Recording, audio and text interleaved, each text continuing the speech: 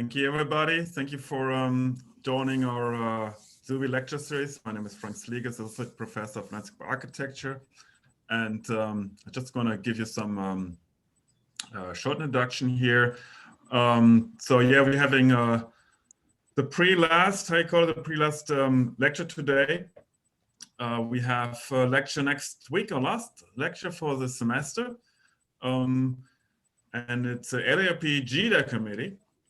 And it's our forum on justice, equity, diversity, and inclusion at the UMass Amherst. And this is a student-driven and student-driven and authored presentation.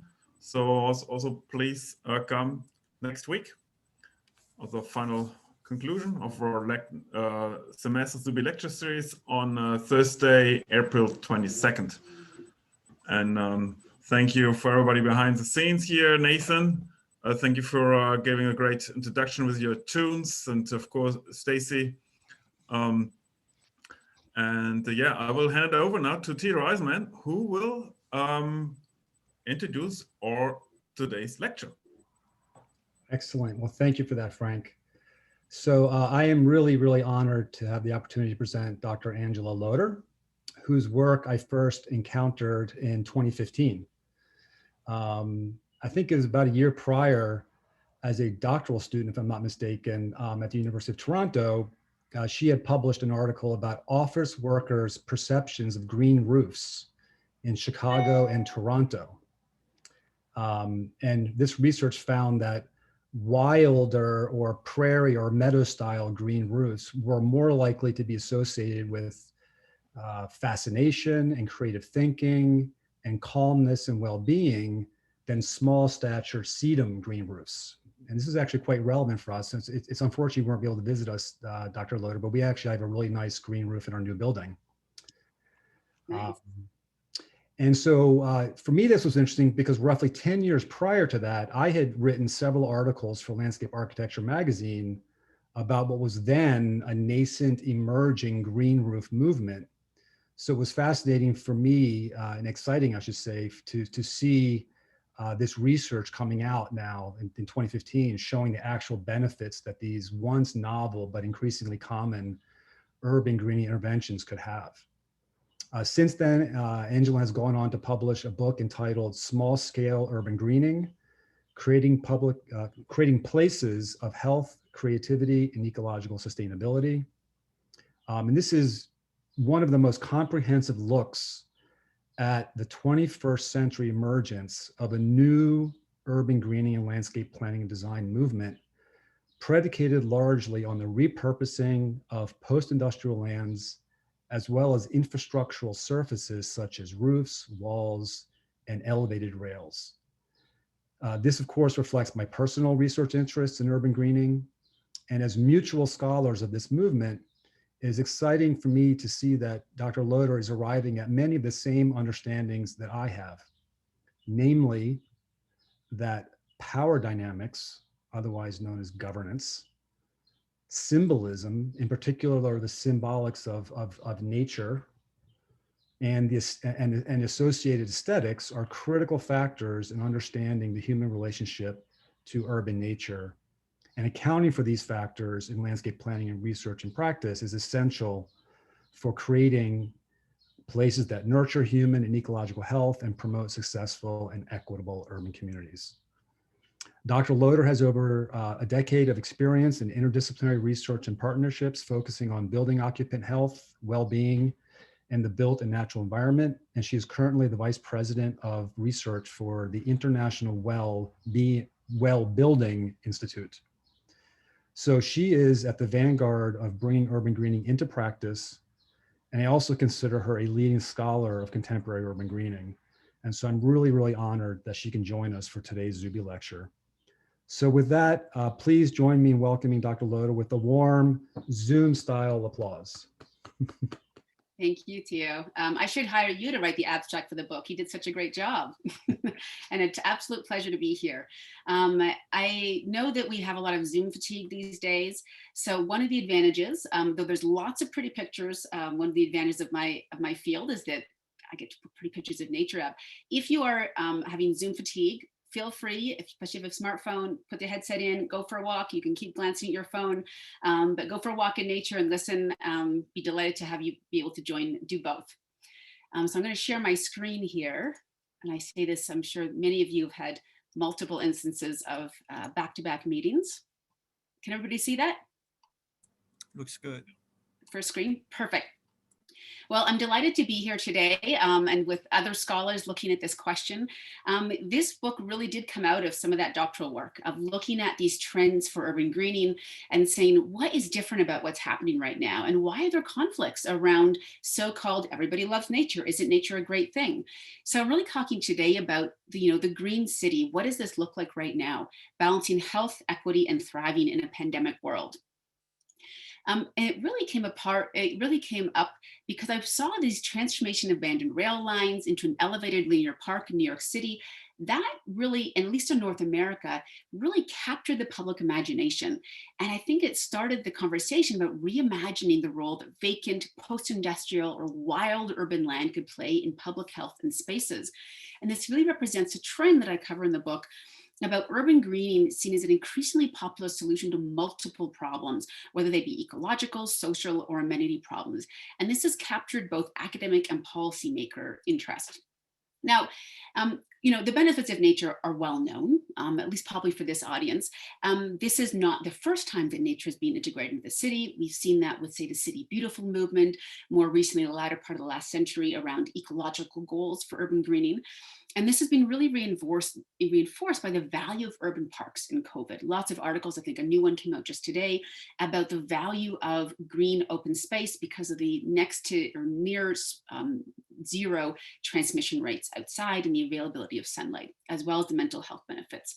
The problem is that in many of our cities, there's just a lack of available space. We are not going to create a new central park in any of our cities anytime soon, as well as issues of disinvestment, environmental justice, and green gentrification have meant that possibly well-intentioned projects are sometimes coming up against these conflicts and leading for issues to rethink the creative use of green space. How do they fit into underused part of the city? How can they focus on health, but how can they also address equity and these conflicts? So the research questions that I want to talk about today really are, what is different about this urban green trend from previous iterations we've seen in the city? What can we learn from small-scale urban greening projects using vacant lots and post-industrial spaces as our case studies?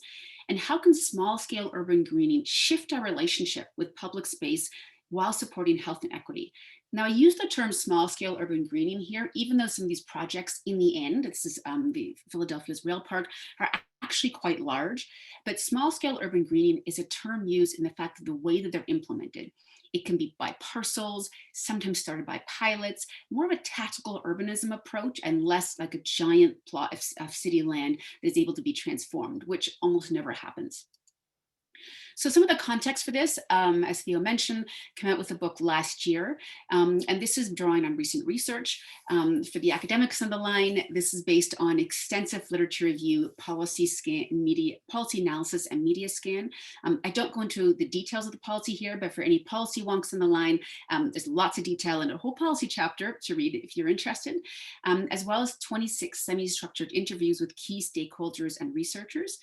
And also for the academics on the line, if you're interested in sort of what do we agree on, what do we not, and where do we go from here around the research on health and nature, there's a whole chapter on research paradigms and application. And the book really looks at 3 case study cities, Toronto, Chicago, and Philadelphia. And it talks about 4 trends that we've seen here about what is different about this wave of urban greening. Green infrastructure as a driver, green roofs as a driver, elevated and post-industrial green space as a driver, and vacant lots. And so today I'm going to talk about some of the highlights and lessons learned from case studies in Philadelphia around 2 of those different types, 2 of those trends, vacant lots and elevated rail parks. Now, I'm sure that most people on the line know about the benefits, but it's always good to have a level set here. There's compelling evidence in the benefits of nature for the mental and physical health of city dwellers, right? That's why we're having this conversation. And this is being shown at both a population level and in smaller studies. Some of the key benefits we know about include a faster recovery from stress, improved immune function, improved mood, the restoration of attention, and the ability to concentrate. Park-specific research has shown increased socialization, community cohesion, physical activity, and health, right? So there's good reason, there's good research behind why we want to do this. However, what we're seeing is cities are struggling both with too much green space and not enough. This is a picture of one of the Philadelphia clean and greening vacant lots before being cleaned and greened. What we've seen is that shrinking cities and uneven investment in communities has left some cities with vacant lots and struggling communities. And the evidence is that the vacant lots and neglected land in these cities do not have the kind of benefits that the research to date that's most often cited as a policy incentive talks about. So this is a particularly bad example with garbage strewn, but there's other ones that really look kind of like a naturalized lawn or a wild space, but in that context, it is not providing the same kinds of benefits that has been assumed under a lot of that previous research. On the flip side, cities are also struggling with a lack of green space. Where are we going to have this green space? It's completely built up, and yet our residents do not have equitable access to green space. So there's this need to find creative solutions. Now, this is becoming well known, this issue of the lack of available green space and the equitable availability of green space. We know that residents in poorer neighborhoods, areas of disinvestment, have less access to high quality green space. We know that people have less access than they want to high quality green space. We know that there's been issues, COVID, for example, has highlighted this inequality both in the city and outside the city. We just know that not everybody has equal access to green space. And that partially as a result of this, urban greening can be controversial. Even well-meaning urban greening projects can lead to conflict. And that was really some of the reason I started looking at this book, saying, if nature is so good and nature benefits everybody, why are we having these conflicts? And what's really coming up is that green space is a public health issue, right? That the lack of high quality green space is being recognized as a public health risk and a citizen right. This is similar to previous movements, but it's got quite a different lens. And that conflict over communities over well-intentioned urban green project speaks to this disparity in equitable access. Furthermore, what's coming across very strongly is what kind of nature you add really matters. And as Theo mentioned earlier, aesthetics and symbolism is a huge component of this.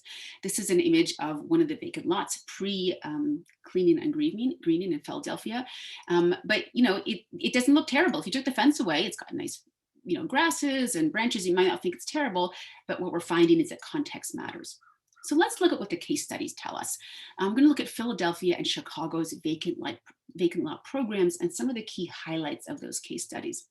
So Philadelphia, one of the reasons I compared them is because they both are known for high quality green space, famously designed public parks, actually pretty high capita of public parks comparatively to other cities.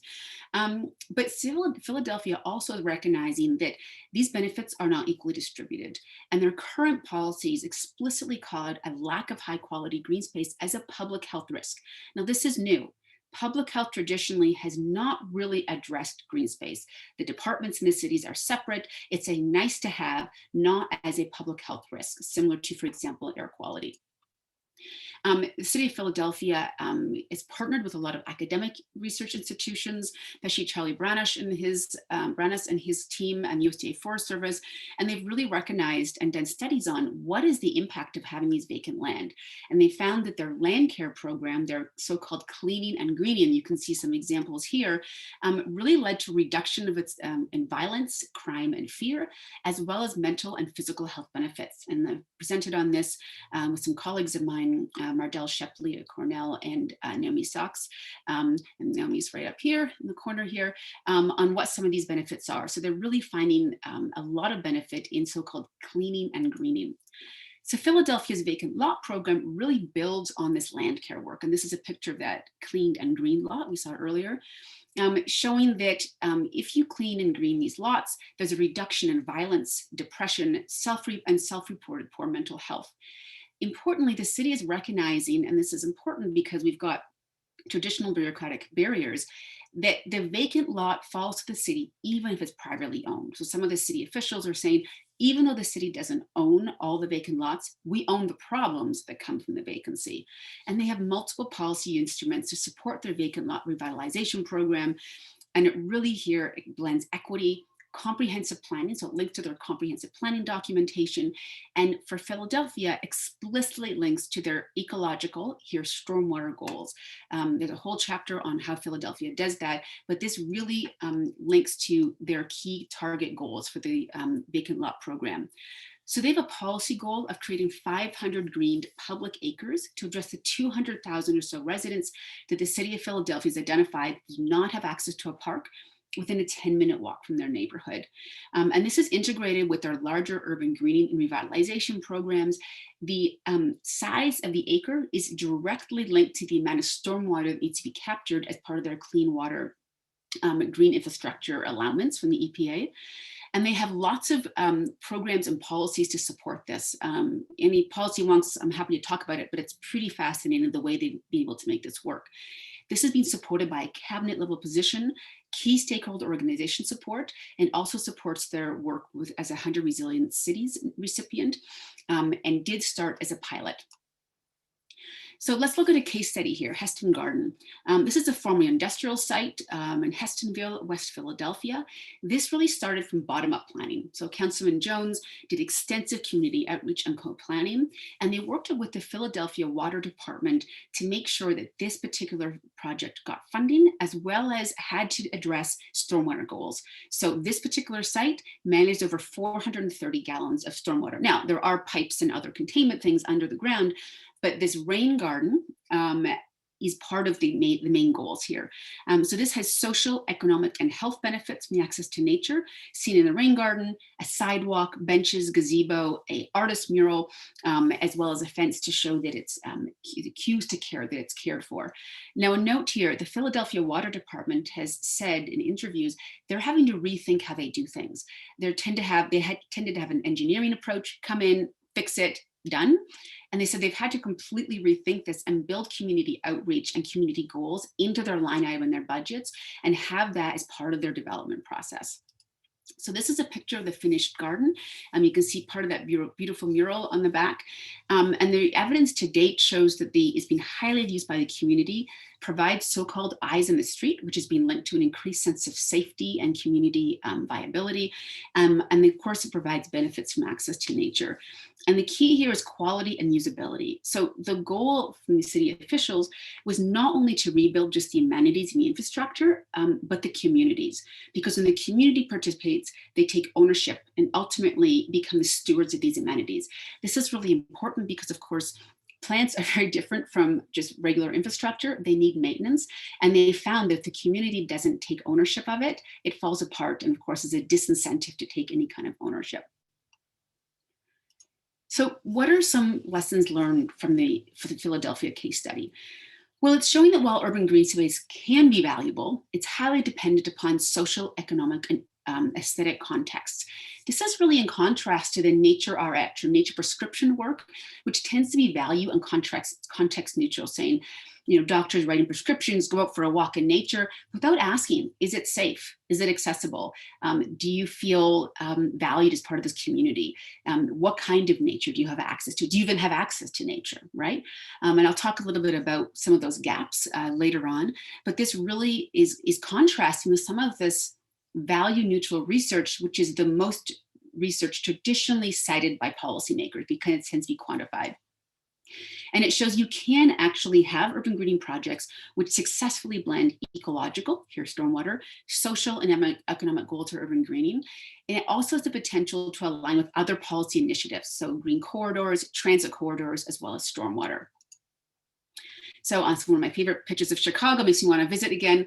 But Chicago, let's take a look at Chicago. Now, like Philadelphia, also known for a vast system of boulevards, parks, and lakeshore parkland from beautification efforts at the turn of the 20th century.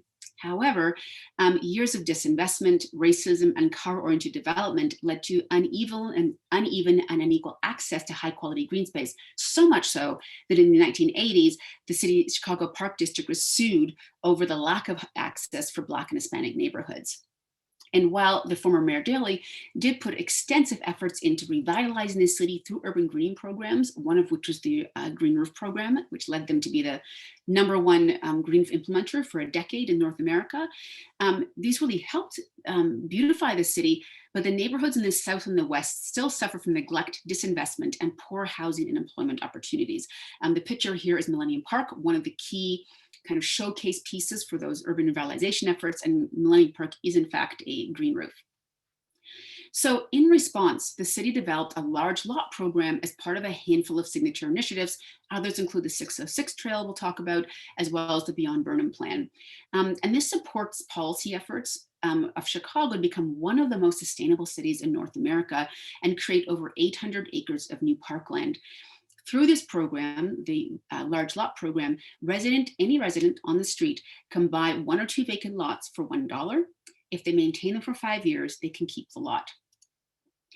So this really came out partially from a 3-year engagement process, which found, where the city decided to focus their efforts. It found that a 13 square mile section of the city had over 11,000 vacant lots, half of them city owned. And analysis showed that there wasn't really expected to be an increase in population. They did not need this for housing. And like the city of Philadelphia, this started as a pilot program. So this is from LISC, the local initiatives council, of extensive community outreach. And some of the things I heard from the community included things like, if you're not going to maintain them, then I'd like to, because it's right next to my house and it's a throughway for activity that's really not supported by our community. And they said the residents were just fed up with this, and they did have some existing policy tools which just weren't working. So the goals here were really to give locals greater control over vacant land, return the city-owned land efficiently to the tax rolls, increase safety, build community, and raise home values. And importantly here, though there is information provided on beautifying the lot, and if they wanted to do ecological goals, they can, it is not required by the city, unlike the city of Philadelphia, even though the city of Chicago has extensive urban greening and sustainability goals. And this is echoed by the Deputy Commissioner of the Planning Department, Kathleen Dickhut, who said really that this large lot program is not a green space issue. The origins of the large lot has everything to do with stabilizing the neighborhood and creating wealth. It's a social goal, not just an environmental goal. And in fact, Chicago is also a 100 Resilient Cities recipient, and they had to really negotiate that conflict, that perception that why are you talking about stormwater and energy when we have such high rates of gun violence, we have such high rates of poverty. So they're very aware of the social and economic need in these neighborhoods. So some of the overall results from the large lot program is that many of these lots are converted into play spaces for children and extended family. And the city found that there was a sense of empowerment and a positive view of the responsiveness of the city. So some of the, I love this quote here, saying we've got a lot of feedback from residents in the community about how much this means to them. We just really weren't realizing the magnitude that selling a lot for $1 would really have on people's everyday lives and the way they viewed the city. So there's a case study like in East Garfield Park. I'm going to talk about specifics. So like Philadelphia, the city also partnered with academics, in this case, the USDA Forest Service, colleague Paul Gobster, to evaluate the social and environmental benefits. And they're really looking for the support of 2 key things: support of the greening hypothesis, or spatial contagion, meaning if somebody on your street makes improvements to the lot, you also feel empowered to be able to make improvements, as well as cues to care. So landscape architects in the line, you'll know Nassar, but the cues to care really says that you can actually play with aesthetics quite a lot and even have wilder aesthetics as long as you got cues that this is on purpose and it's maintained. Colorful flowers, fencing, mowed sections of, say, a naturalized lawn or a naturalized prairie. And so they're really looking for these cues through a variety of techniques. So they use mixed methods, including, as you'll see in the next slide, Google Street View. And this is one of many different vacant lots that they looked at. I blocked out for privacy reasons exactly where this is in Garfield Park. But you'll see here that, interestingly enough, I pulled this one up because you'll see that they did have trees and that these had been removed in the post sort of cleaning and greening. So overall results that Gobster and his colleagues found was that there's significant improvements to lots in the first year and smaller improvements in the years thereafter. They did find support for the social contagion and urban greening hypothesis.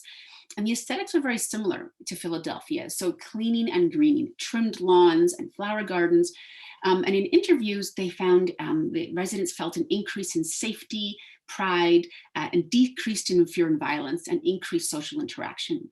Now, interestingly, from that previous picture you saw, it differs from the literature on what we would expect people to do to get the benefits of nature, right? So they're paving over turf sometimes for parking, and it's showing some decreases in tree cover.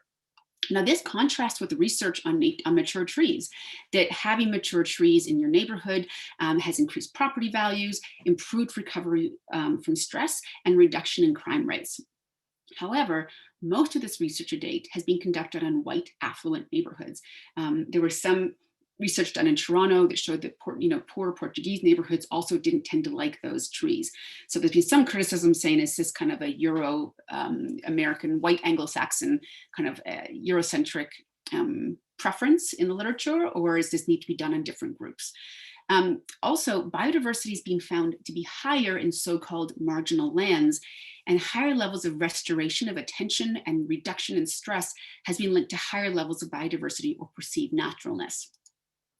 So what does this tell us? What can the Chicago case study tell us? There's a clear need to have both social and ecological goals for some of these projects, and that wild and neglected green space in disadvantaged communities is associated with perceptions of disempowerment and a lack of safety. And that continued maintenance equals improved social and community benefits. And this is really, I think, is because of a sense of collective efficacy and a sense of empowerment for residents. So some of the reason why they think that in these, the reason why the residents have these benefits is because of a sense of collective efficacy and a sense of empowerment. They have control over their space, which is supported by literature in multiple different contexts.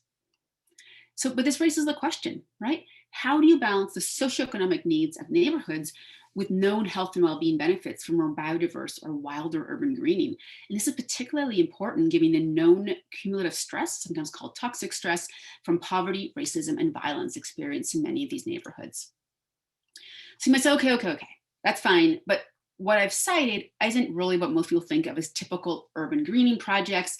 Let's see some of these kind of sexy, interesting trends and post-industrial things. What do they have to say? All right, so let's look at the Philadelphia's Rail Park and Chicago 606 and see if they have any different lessons learned on how we can balance equity, health, and urban greening. So post-industrial elevated greening, we've seen, this is the High Line in New York, the transformation of elevated rail lines, linear parks has really captured the public's imagination. And it really intertwines industry and landscape, what Saval's called a post-industrial planning for this nature city hybrid, really a creative rethinking of what our cities can be. And the case studies that we're going to talk about both exemplify this, but they also explicitly have goals of providing green space to neighborhoods which lacked it. So in the contrast to the vacant lands, they have too much so-called green space. These neighborhoods lacked green space. So the Philadelphia context here, this is a picture of the upgraded spur, the rail park in Philadelphia. Pockets of uneven development in Philadelphia meant that the historic Callow Hill neighborhood in the center city district was really economically stagnant, kind of like the hole in the donut. This area is historically industrial with rail lines as well as a Chinese neighborhood. And the lack of economic development has been traditionally blamed on this V-shaped Reading Railroad viaduct, which had been vacant since the 1980s, with a full 32% of land around it remaining vacant. So like the High Line, this really started from a community-led initiative to revitalize the viaduct. And this is a picture of the viaduct before revitalization. The lack of community green space was a huge goal. Unlike other neighborhoods in Philadelphia with row homes and back gardens and stoops, the neighborhood really didn't have any public space to gather or much green space. However, there was conflict over affordable housing versus developing this 1.4 mile spur, particularly from the Chinese community. They really felt this was going to push them out and had concerns about green gentrification. So the initial community funding, this was also managed by a community group and a neighborhood association, found that actually capping it and building and developing it would be cheaper than destroying it. And they compromised over adding affordable housing to the adjacent parcels, vacant lot parcels, and also argued that the benefit additional green space would bring economic and health goals to the area. Now, the design here was approved by the community in 2012, and the first section was opened in 2018. And the fundraising and construction was run by the city center district. So in this case, it was not run by the city, it was sort of outsourced. And they also worked with the Philadelphia Horticultural Society, as well as neighborhood groups. And some of the key goals here that was really important from lessons learned from the High Line, they didn't want it to be too designery. And they wanted to reflect the industrial heritage. They wanted it to be arts driven and include in a creative space. And they really, really wanted it to be a local amenity versus for tourists, because you've seen, unfortunately, that the High Line, in fact, has benefited tourists and the real estate industry more than the local neighborhood. This is a pop-up beer garden put on in collaboration with the Philadelphia Horticultural Society to really help activate this space before it was constructed and build awareness, very much showing a tactical urbanism or urban acupuncture approach. So what are some of the outcomes of the rail park to date? So there are native plants and high quality surfaces. This is open, I do believe, in 2018, the first spur. High quality surfaces and industrial links are included in the final design, including paulownia trees that grew from seeds that were used for packing material for Chinese porcelain in the 19th century.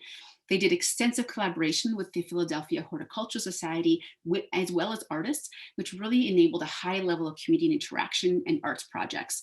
And this really, again, mimics the kind of urban acupuncture approach to urban greening. We've seen this approach with active transportation and complete streets, and they're transferring that approach with lessons learned to urban greening. So early results to date show that people rank the rail park as one of their top amenities in the neighborhood and what they like the most about the neighborhood, with plans to expand. This here that you can see, this is a history, kind of a local history on a rail siding that people are looking at. There's ongoing academic collaborations, again, on resident perceptions with Penn State. This is good for the academics in the line, that cities are recognizing the need for research.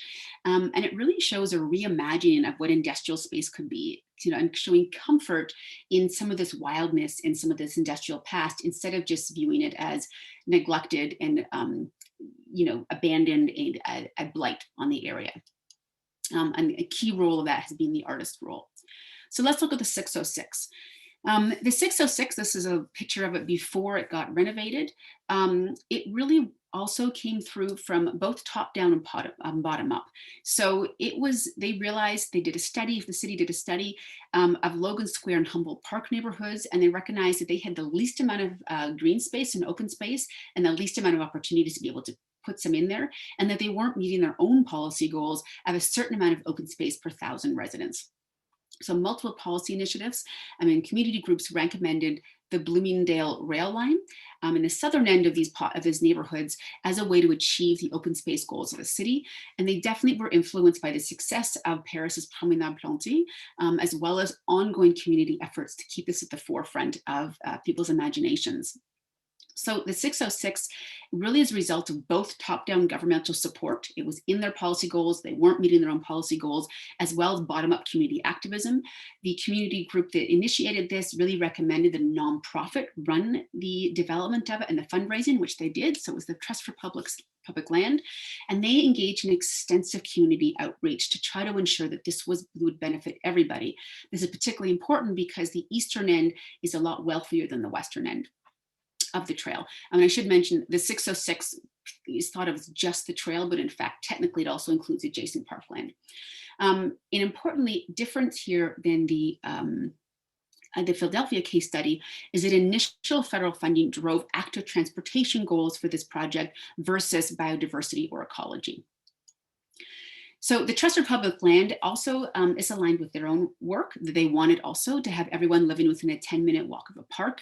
There were some concerns over privacy at the beginning, particularly from current residents who were a little unsure about the kind of activities that would go on this park. And you can see how close here some of the residents are to the line. Anybody that's been on the loop, Chicago's rail lines knows that some of the apartments are right up next to it. But there were really also desire for artist involvement. And this really led to the idea of the trail as a living work of art with ongoing art projects. Interestingly, the residents that moved in, these are kind of new developments, were delighted with the idea of the 606 and saw this as an amenity versus the residents that had lived with the vacant land and were a little unsure about the kind of activity that they was going to invite. So these are some shots of the 606. This is opening day. When it first developed, you can see this kind of series of rooms here. And the 2.7 mile elevated trail was opened in 2015, and it connects Logan Square, Humboldt Park, Wicker Park, and Bucktown. To date, it's been a very popular bike and walking route. In the first year alone, there was 1 million users on the west end and 2 million users on the east end. And it includes a series, as I mentioned, of public art designed to feel like a series of rooms, as well as 4 newly acquired parks adjacent to the trail, with plans to acquire 2 more. So what are some of these outcomes? The city also partnered again with Gobster and his colleagues and USDA Forest Service to evaluate trail use, particularly around equity. And while they did find that there's more use on the wealthier East End, 1.2 million users versus 1 million, even though the population is denser on the West End, anecdotally, and they're still doing research on this, they did find an increased diversity of users, including walkers. And this really indicates the need to take advantage of alternative places for walking and recreation away from the street. And I love this quote that was told to Paul Gobster by one of the interview participants, saying, you know, an older Hispanic woman had said that she wanted to exercise outside, but there's just something you don't do in her culture. But up on the trail, it was almost like you got leeway, and not only can you dress more athletically, she went out and bought a whole new outfit to go up there. Now, despite all this planning, there's been controversy. So despite the planning, despite the outreach, you know, there's still criticism of green gentrification, with housing prices in some neighborhoods jumping by almost 50%. And this really mimics criticism of the High Line, that it's really benefited real estate and tourists over the Black and Latino residents that are nearby, and the Atlanta Beltline, which lacks support for affordable housing. And it's led to some calls from city councilors to fund affordable housing trust. This has been happening in Denver as well, as in response to displacement from gentrification efforts. This common dilemma of how do you provide the benefits they so desperately need without allowing them to stay in place to take advantage of those benefits. There's been some pushback, of course, from the groups that worked on this project, saying it started in the middle of a recession. Of course, housing prices are going to increase afterwards, and this is the biggest investment, multi-million-dollar investment in the area, and it's an easy target. However, the fact remains that there still are concerns over displacement and gentrification. So let's return to some of these research questions, right? What do these case studies tell us about urban green trend? What's different about it here than previous iterations that we've seen? And what can we learn from small-scale urban green projects, particularly around vacant lots and post-industrial spaces? And how can this urban greening potentially shift our relationship with these public spaces and support health and equity? And what's very apparent is that purely social, environmental, or even economic urban greening isn't adequate. It needs to provide multiple benefits. And this is in contrast to a lot of, and I'm agreeing myself, but purely ecological interventions and green infrastructure, which has not traditionally taken into account the social component of it. That is proving to be simply not enough, particularly in some of these disadvantaged neighborhoods. Urban green space, however, is still a very effective way as a path to investment and revitalization. It can be valuable, but this social and economic and aesthetic context need to be taken into account. So some of the lessons learned is that tactical urbanism and artists' involvement is enabling a new way of re-envisioning and reimagining how we can green the cities. So these case studies really present the current approach, creative approaches to the cycles, the boom-bust cycles of capitalism, disinvestment, and racism, which leads very uneven development in our cities in North America.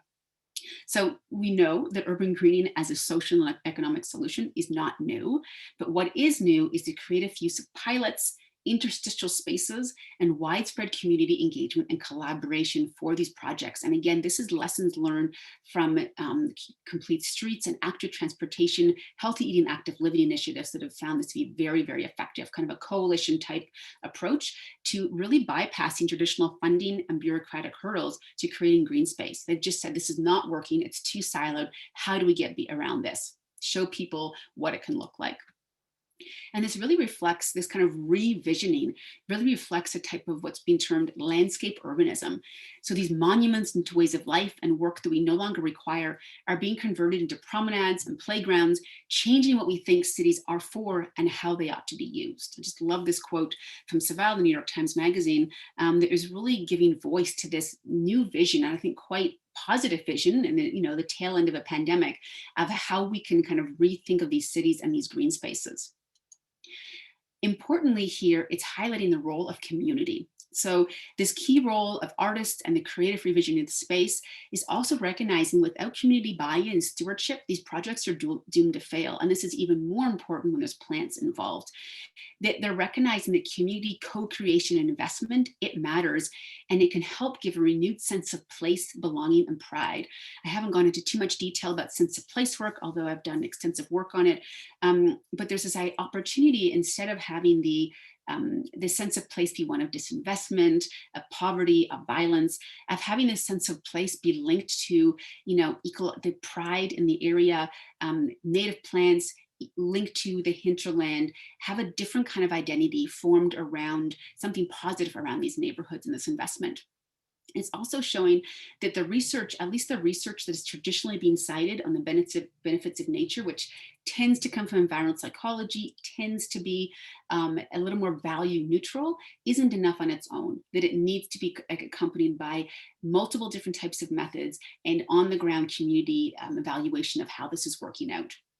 Living plants, of course, and partly this is because living plants have agency and a wildness of their own. They need continued care and a different paradigm. There's a lot of work and suggestions, and I go into this in the book, about this opportunity for this really hands-on educational relationship with urban nature, instead of this static nature outside the city, which are traditionally being valued by environmentalists. How do we create that hands-on, nearby, approach to nature, which can really have multiple benefits and effects? We're also seeing that aesthetics matter. Right? So that cues to care matter. This is a picture of the Chicago green roof, which is actually made to look like a prairie. And there's been some comments from people overlooking it in offices that it looks wild, it looks unkempt, but it also is highly designed and it's juxtaposed clearly against maintained areas. There's a lot of opportunity around here to use these cues to care, to use these edges, to use this landscape architecture design to juxtapose ecological aesthetics and ecological goals with showing that it's okay, it's maintained, and linking to the community. We know this, and this is important because vulnerable populations associate neglect with crime and disorder with lack of investment and poverty. So we have to be very, very careful about the assumption that everybody's going to automatically love these wild aesthetics. Wild marginal land and aesthetics can be perceived as a threat and disorder and a crime if not juxtaposed with cues to care and signs of maintenance. And this contrasts with known research on the health, well-being benefits of perceived naturalness and biodiversity. And it raises questions on how to juxtapose the health and well-being and socioeconomic benefits and able to do this effectively. It also raises questions about green space for whom, right? Widespread consensus in these cities that access to green space is a public good, but that this public good isn't widely accessible. And what does this public good, right? What is good nature? Well, that depends on where it is. So in Philadelphia, this is blending ecological goods, letting locals reimagine the historical narrative. In Chicago, this is community stabilization, safety, and empowerment, along with some of these larger socio-ecological goals and linking it to public access. So moving forward, what are some approaches for urban greening? These case studies show the benefit of a socio-ecological approach. What does that mean? So anybody from public health knows that they've experienced, just because you say go out and exercise or eat healthy doesn't mean that people are able to do it. There might be no grocery stores that are healthy in the nearby. They might take their life in their hands trying to bike to work. That you need to look at a multiplicity of factors on what makes the healthy choice the easy choice. In this context, how do you get different groups to be able to work together effectively? And this is really important because policy work tends to draw upon quantitative work, which misses the power dynamics and sense of place that qualitative work tends to look at. And it doesn't help explain the conflicts that are happening around green gentrification. This is calling for a socio-ecological, a mixed method approach. We're seeing that purely ecological drivers are not enough for urban greening, though they can add depth and meaning, again, through some of the environmental education and placemaking.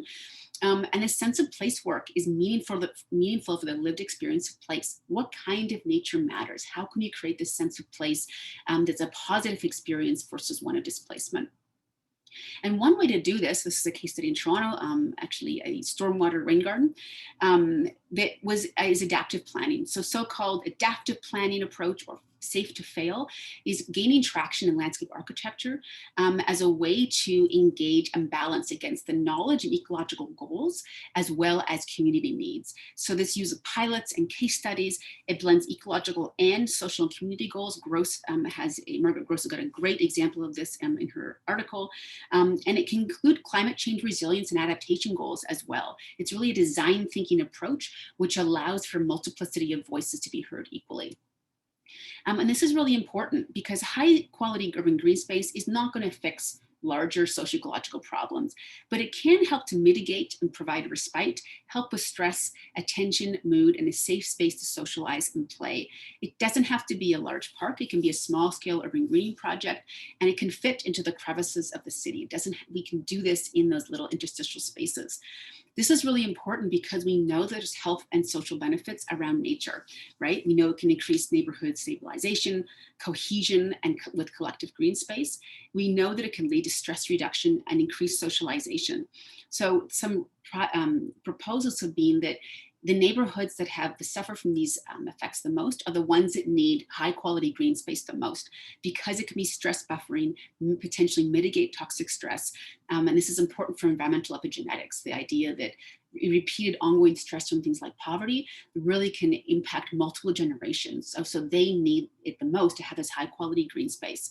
And this importance again of the daily lived experiences versus the scenic untouched nature. How do we provide opportunities and context to be able to do this? And just to close out here, what are some future directions for design? Well, there's the wilder nature as an opportunity to play with respite, restoration, and wonder. There's great research around what this can do at a small scale for mental health and well-being. And the mental health of wilder nature juxtaposed with safety, care, and community might be that sweet spot for moving forward with this new small scale urban greening. This really challenges the kind of just green enough, very well-intentioned desire that says that basically poor people don't deserve or can't handle, high quality green space, just give them just green enough, which is well-intentioned for green gentrification, but misses a lot of the health and well-being benefits that are available to them and placemaking. And this really has opportunity then for education, environmental action, or place-based environmental urbanism. And that's it. Thank you. I will end the show. Thank you very much. Well, thank you for that. Really, really comprehensive and super, super timely. I think anyone that's here on the line right now realizes that a lot of the issues you're talking about are timely across so many of the things we're thinking about right now in urban planning and landscape architecture. I'm going to lead off with one question, and then we'll open it up to whoever wants to join in. I encourage everyone to join in. If you have a question, maybe you're a little shy, you can put it in the chat, or you can just open up your line and ask the question.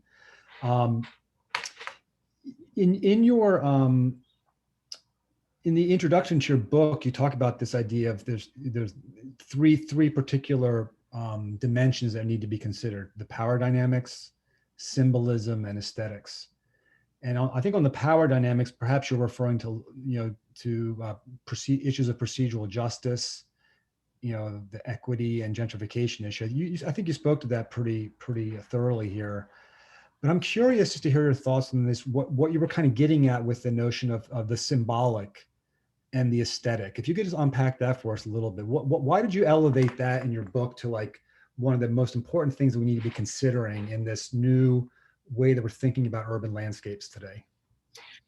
Absolutely. And that really came out of field work in Chicago, in which Chicago's got almost no natural prairie left, right? It's almost all paved over. And yet people saw the greenery from the city of Chicago's city hall and the prairie. They understood that was prairie. Not only did they understand that was prairie, but it contrasted and challenged this narrative of progress, this narrative of industrialization that really built the city. The city was built on not allowing wild prairie to proliferate. The city was built on conquering nature and having orderly lines and orderly, mechanical progress, right? Industrialization. So when we see this kind of wild nature, it really challenges this this collective narrative of what public health is. Public health, traditionally, the sanitation movement is getting this wildness out of the city as fast as possible. And it challenges this narrative of progress. Is it really progress if you've got these kind of wild things, which in some neighborhoods, as you've seen, also are associated with neglect. So without taking into account that collective symbolism, that lived experience of place, power dynamics, when we see nature, and this is often comes through for more phenomenological approach to place, lived experience of place, not a, I like it, I don't like it, doesn't really tell us very much. It doesn't tell us why your childhood experiences. They very, very well-meaning green projects are missing the boat. They're like, this, everybody's gonna love it, this is great. And they're not understanding what they need to do, maybe to do some education around it, what kinds of cues to care they might need to include with it. And lost opportunities, quite frankly, to link urbanites with their hinterland, with neighboring biodiversity and environment that can lead to environmental action. So just real quick, as a follow-up on that, because it's so germane to everything we think about in landscape architecture. When you say urban greening advocates are missing the boat, just take it one step further first. What's the boat that they're missing? So, for example, very well-meaning, I'm a greenie myself, let's put a naturalized lawn, and this is gonna be great, right? We're gonna go for biodiversity, naturalized lawn without any community engagement. This happened in Chicago or the Chicago restoration controversy. We're going to tear down the oak trees because it's traditionally was oakland savanna and people just freaked out. They're missing the boat because ecology is taking precedence over social. And well-meaning, right? I mean, there's very good ecological reasons why we need to have these corridors, have these habitat, but we have to understand that we have relationships with nature. We have a socio-ecological history and symbolism and values around it. And that for it to be effective, protecting nature out there or having this continued disassociation between us and nature isn't effective. It's just not working because we're not protecting, we're protecting like 1% of land, maybe not even. It means that everything else is up for grabs for development. Whereas if we develop these more localized, nearby nature sense of place and engagement, that's traditionally what we've had. We've had an educational, interactive relationship with nature. We care more about it, and therefore we're more likely to do something about it. And that means that the ecologist can't come in and say, this is what's going to happen, right? And so the adaptive planning approach is saying, don't give the ecologist more weight than the community. It needs to meet both of those goals. And this is particularly germane for resiliency work, regenerative and adaptive work, particularly important if you need and want the community to be able to maintain these spaces and feel invested in them. Excellent, excellent. With that, I'm gonna, I have so many other things I could follow up with you on. This is so, I mean, our research interests are so overlapping, but hopefully we'll find another time for that. I'd love to hear from anyone else that wants to chime in. We have lots of people on the line here. If you have a question, maybe just unmute yourself and we can take it from there. Yes, people can unmute, raise their hands, or type in their questions. Many ways to do it. Angela, great talk. So I'm from Europe. I mean, have this Eurocentric kind of aesthetic, what people think. Actually not. I think the case studies you've shown, there were all the, even the execution, to me, and I just gave a presentation on our part last week, so this is even more present now. And to me, they were very, to me, they're kind of over-designed. They're still over-designed, even if this wasn't the goal. And if, like Chicago, the Promenade Plantée from Paris is the model, that's, I mean, pretty much a designed space. You know, it's organized, everything is kind of in place. And so I question if these spaces, new spaces, shouldn't be more flexible. And of course, not overly, overly determined by ecology. But on the other hand, you know, I think Highline before had more ecological diversity than afterwards. But what kind of like other new aesthetics we have to embrace, even more open and cues to care? Yeah, that's very scientific. Maybe we have to be more flexible with what it means. Like, I mean, in terms of openness, like including homeless, not creating a homeless-free, smoke-free, clean spark, but more like a park that, I mean, you mentioned this quote by the Latino Hispanic woman. And yeah, so she felt she had to buy new clothes to fit in the environment. So to me, that was like a negative. She thought she had to dress up now to fit into that new environment. And isn't this alarming? I'm feel very concerned. People are making these things with good intentions, but they still lead. I mean, the number 42 plus housing values. Wow, that's like, whew, that's a lot. So yeah, what we think? No, it's a very good question. I have two responses to you. One is there's been some great research, which you sound like maybe you're familiar with, on the value of marginal / wild land, and that this has traditionally had provided a safe space for people that don't really fit into the traditional paradigms of society. It's provided space for adolescents that don't want to fit in, the homeless, other sort of fringes of society that we need, in fact, that space, that kind of buffer zone, to be able to have that creativity, that creative space. So there are some, yes, that are saying, let's not over design things. Let us have that space. I would agree. I think that it is really important to have that space. And I think it's important to have those marginal areas. The problem is when you have already marginalized communities, that's not cool to them. They don't like it. It's a threat because they already feel disinvested in and marginalized. I mean, if you look at some of the vacant land in Philadelphia, it looks like a naturalized lawn. Like, you can't tell. If I put that in idea and I juxtapose it onto a roof, you think, oh, it's like a prairie style green roof. But for them, that social value is threatening. So the good thing is the environmental aesthetics are one of those malleable. So with cues to care and signs that it's being cared for in educational programs, there is the chance that the community will be like, oh, I can see the value of it, particularly if it's for habitat, unlike, say, environmental behavior. The bad thing is that, we still have its so-called wasteland, right? We don't have a good space in our capitalistic society for such land. We don't appreciate it. We don't value it. So that's what we have to work around it. Second point is there's been some really great work, I think, around children and bodies in space that is called for even more undesigned spaces, that has logs, that has movable parts, that has areas that kids can dig up, which traditionally they're like, oh God, verboten, right? You can't possibly do that. They're going to ruin it. And they're saying, no, this is actually incredibly important for children's development. They have forest schools. They've got these kind of so-called movable playgrounds. There's a whole litany of policy and bureaucratic hurdles to try to get them here, but they've had incredible success, especially overseas. Germany has forest schools. New Zealand's tried this. That I think that is creating these places for play, juxtaposing edges. So it's, it's something wild, but the edge of it is mowed. I think those are opportunities to be able to play with it, but we have to be really aware of what the values we bring into it in order for it to be successful. We have to be aware that if we're arguing to keep marginal land, we're coming up against a lot of people that are going to be threatened by it. That's okay. It's just we need to be really clear on what those values are to be able to work with them.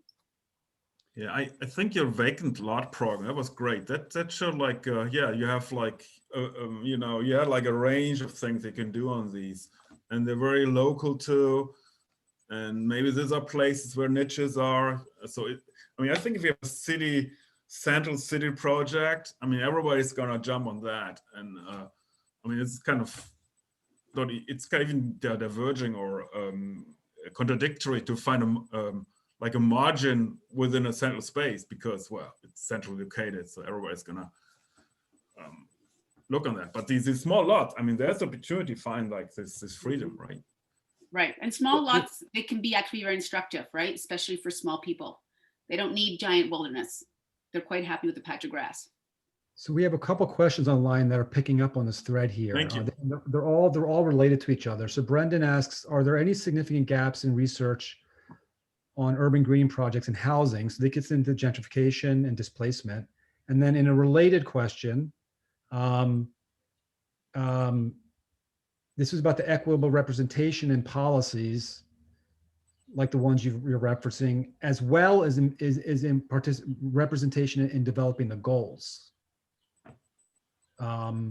So Sure. if you could speak to those two. So there's the housing gentrification issue. How do we avoid increasing property values and gentrification? And then in a similar vein, how do we more equitably incorporate all people into the process? Yeah, good question. So I think the most promising policy tools that I've seen is the land trust.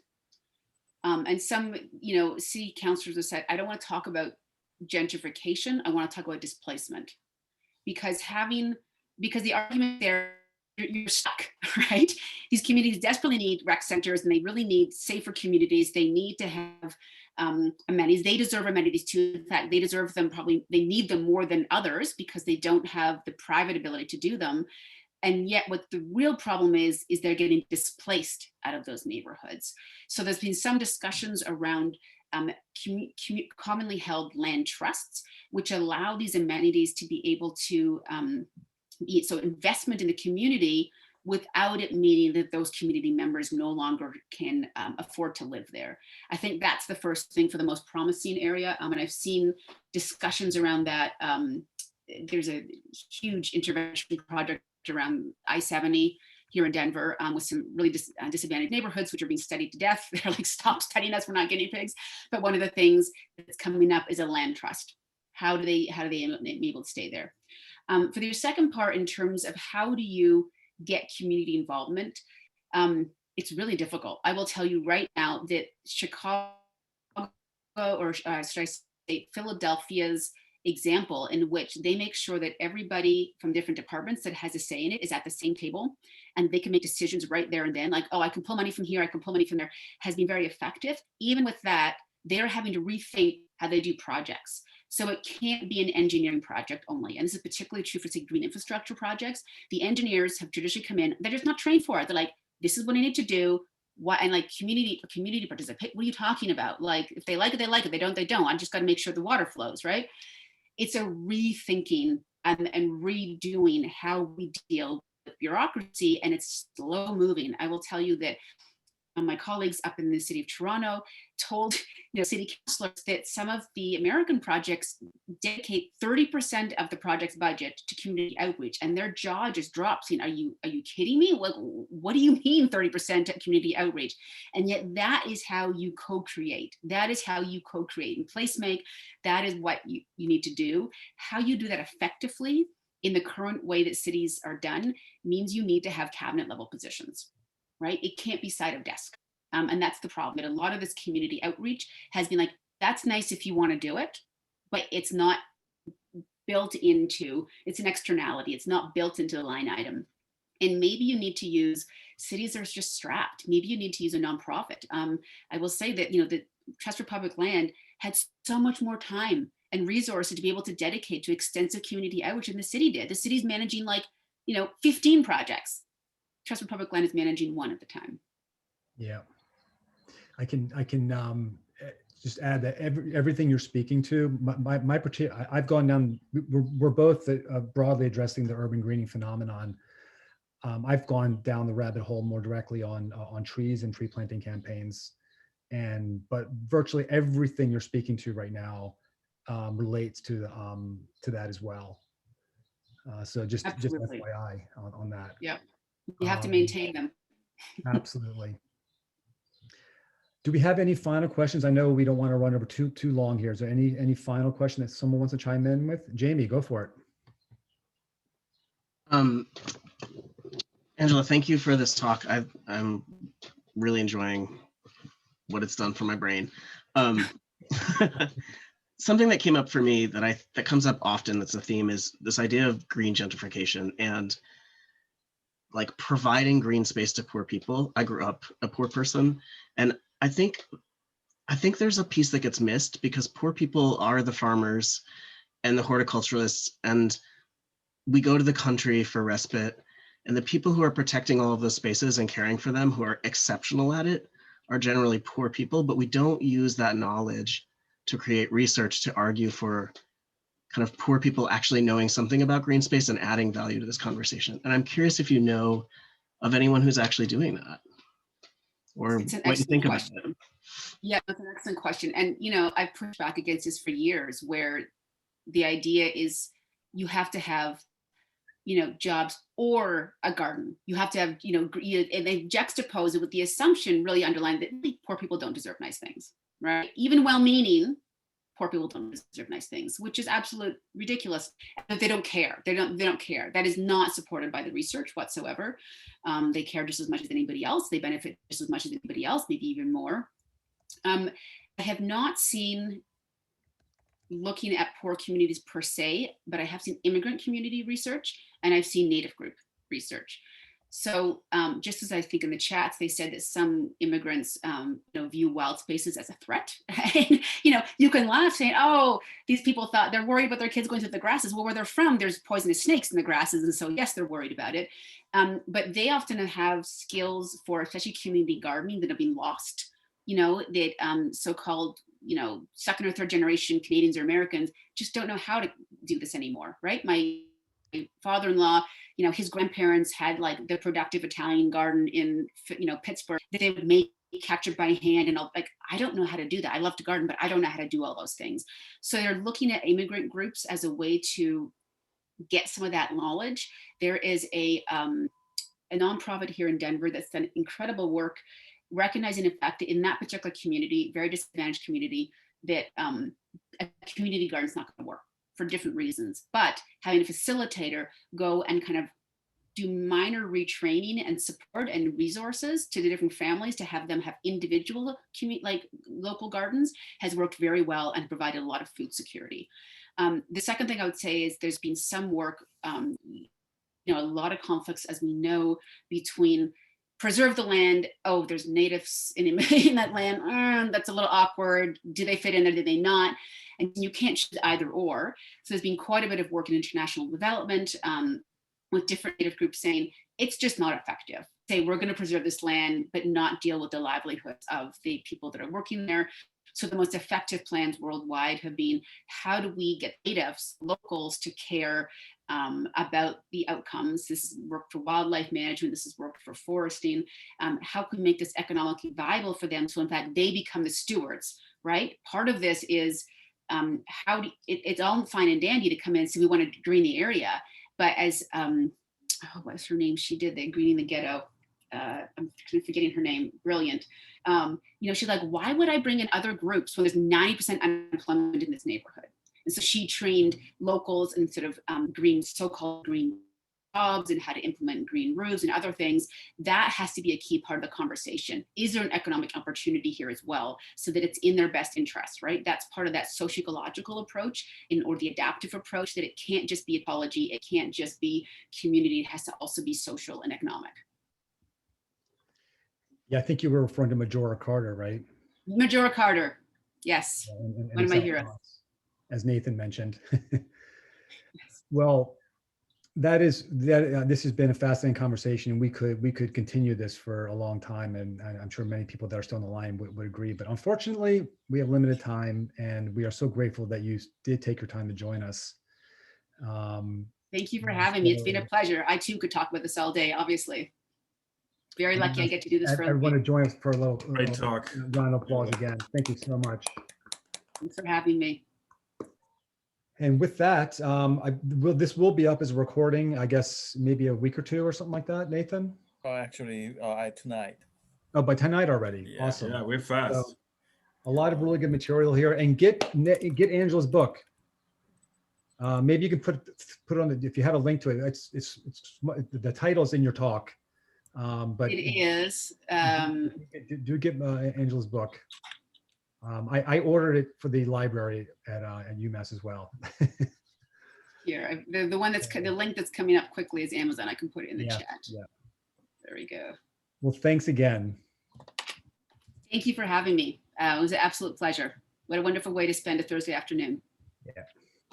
Thank you, Angela. Thank you. It's great.